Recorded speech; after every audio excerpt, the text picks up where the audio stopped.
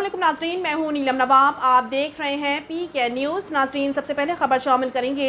District bar association के ज़ेर एहतमाम Quaid-e-Azam hall session court में स्वीडन में कुरान करीम की बेहुरमती के खिलाफ इजलास मुनक्किद हुआ।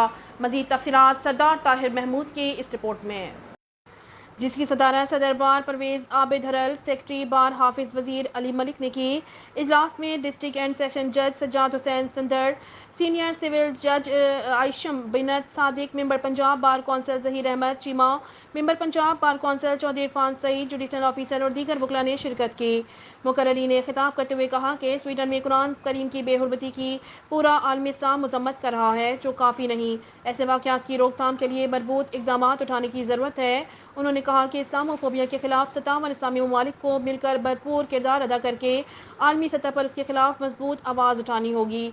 हुकूमत पाकिस्तान से मुतालबा करते हैं कि स्वीडन के सफ़ीर को बुलाकर शदीद एहतजाज किया जाए और आइंदा ऐसे इंतहाई नामुनासिब इक़दामात की रोकथाम की जाए।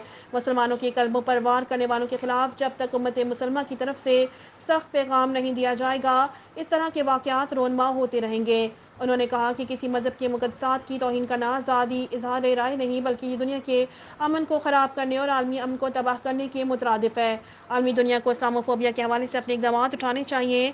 पाकिस्तान के गयूर अवाम स्वीडन की हुकूमत से मुतालबा करते हैं कि वो कुरान पाक की बेहुरमती करने वाले मुजरिम के खिलाफ कार्रवाई करे और इसको करार वाकई सज़ा देने का ऐलान करे, और स्वीडन हुकूमत खुद भी पूरी उम्मत मुसलमा से माफ़ी मांगे।